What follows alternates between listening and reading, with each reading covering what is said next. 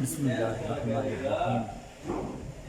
السلام علیکم ورحمۃ اللہ وبرکاتہ۔ الصلاۃ والسلام علیک یا رسول اللہ، السلام علیک یا حبیب اللہ۔ تاجدار ختم نبوت زندہ باد زندہ باد زندہ باد، لبیک لبیک لبیک یا رسول اللہ صلی اللہ علیہ وآلہ وسلم۔ من سب نبی فاقتلوہ، من سب نبی فاقتلوہ۔ الحمدللہ میں خیریت سے اور امید کرتا ہوں کہ تمام دوست جہاں بھی ہوں گے بخیر و عافیت ہوں گے۔ اللہ تعالیٰ تمام مسلمان دوستوں کے کاروبار، رزق، مال جان میں ترقی عطا فرمائے اور تمام مسلمانوں کے گھروں میں برکت نازل فرمائے۔ سامعین گرامی، پاکستان میں پی ٹی آئی حکومت کے 3 سال مکمل ہو گئے ہیں۔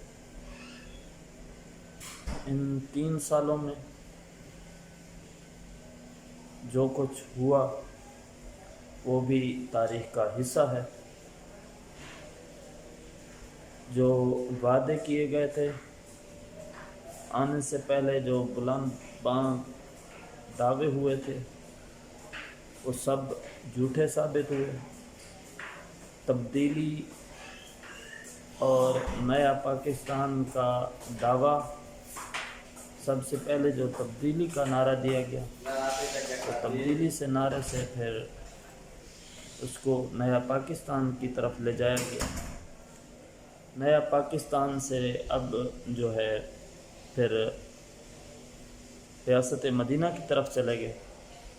ریاست مدینہ سے یو ٹرن، جسے ہماری زبان میں تھوک کر چاٹنا کہتے ہیں، اب جو ہے جمہوریت کی بات ہو رہی ہے، صدارت نظام کی بات ہو رہی ہے۔ اور حقیقت یہ ہے کہ یہ جو ورکر ہیں، خصوصاً بالخصوص یوتھی، جو دوسروں کو جو ہے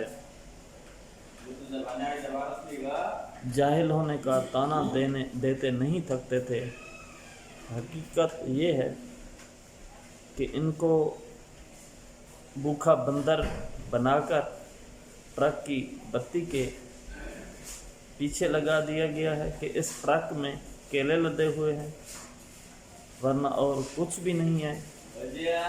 اور جس دن ان کا یہ آقا تقریر کرتا ہے تو یہ خوش ہو جاتے ہیں، اور تقریروں سے اگر پیٹ بھرتا تو تقریر تو تحریک لبیک پاکستان کے تمام جو لیڈران کرام ہیں وہ بہت اچھی کر لیتے ہیں، لیکن تقریروں سے جوش و جذبہ تو پیدا ہوتا ہے، لیکن حقیقت یہ ہے کہ پیٹ نہیں بھرتا۔ اور یہ تمہارا جو عمران نیازی پوری قوم کو بے وقوف بنانے کی کوشش کر رہا ہے، تو سوائے چند بے وقوفوں کے پوری قوم جو ہے اس سے تنگ ہے، اور اس پر صبح شام بے شمار لعنتیں بھیج رہی ہے۔ اب اس میں اتنی غیرت اور شرم نہیں ہے کہ اپنی ناکامیوں کا اعتراف کرتے ہوئے تخت حکومت چھوڑ دے۔ خصوصاً بالخصوص اپنی جو جماعت ہے، جس کا نام اس نے تحریک انصاف رکھا ہوا ہے، تو اسے تو بدل کر تحریک نا انصاف کر دینا چاہیے کہ جس طریقے سے اس نے انصاف کی دھجیاں اڑائی ہیں۔ حالت تو یہ ہے کہ 5 ماہ گزرنے کے باوجود ہمارے امیر محترم حافظ سعد حسین رضوی کو غیر قانونی طور پر قید میں رکھا ہوا ہے۔ اس کے علاوہ اس وقت بھی آدھی شورا جو ہے وہ جیل میں ہے، اور اس وقت بھی ایک بدترین جو کریک ڈاؤن ہے وہ جاری ہے۔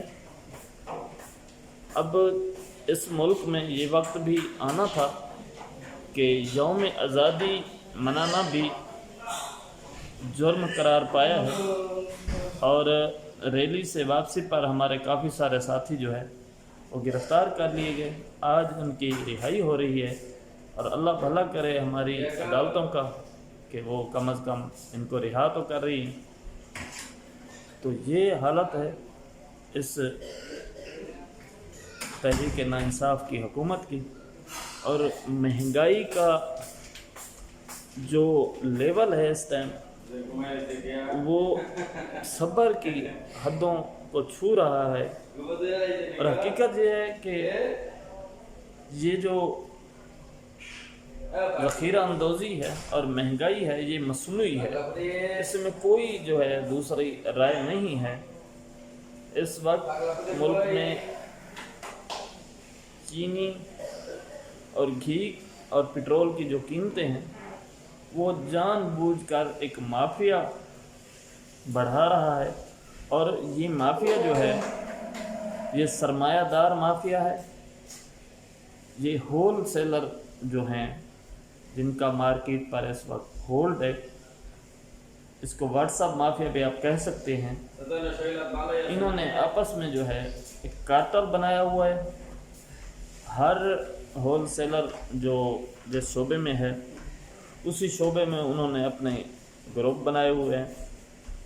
حقیقت یہ ہے کہ ایک آدمی پی ٹی آئی میں بیٹھا ہے، دوسرا نون لیگ میں، تیسرا پیپلز پارٹی میں، لیکن تینوں تاجر ہیں، تینوں ہول سیلر ہیں، اور تینوں کا ایجنڈا ایک ہے، اور تینوں جو ہے آپس میں فونوں پر رابطے میں ہوتے ہیں، اور مارکیٹ میں جس چیز کی بھی دیکھتے ہیں کہ یہ چیز جو ہے اس کی چلت جو ہے جو یعنی کہ استعمال جو ہے زیادہ ہے تو اس چیز کی قیمت بڑھا دیتے ہیں، اور حکومت اگر کچھ ایکشن لینے کی بات کرتی ہے تو اس چیز کو جو ہے اس کی مصنوعی قلت پیدا کر دی جاتی ہے۔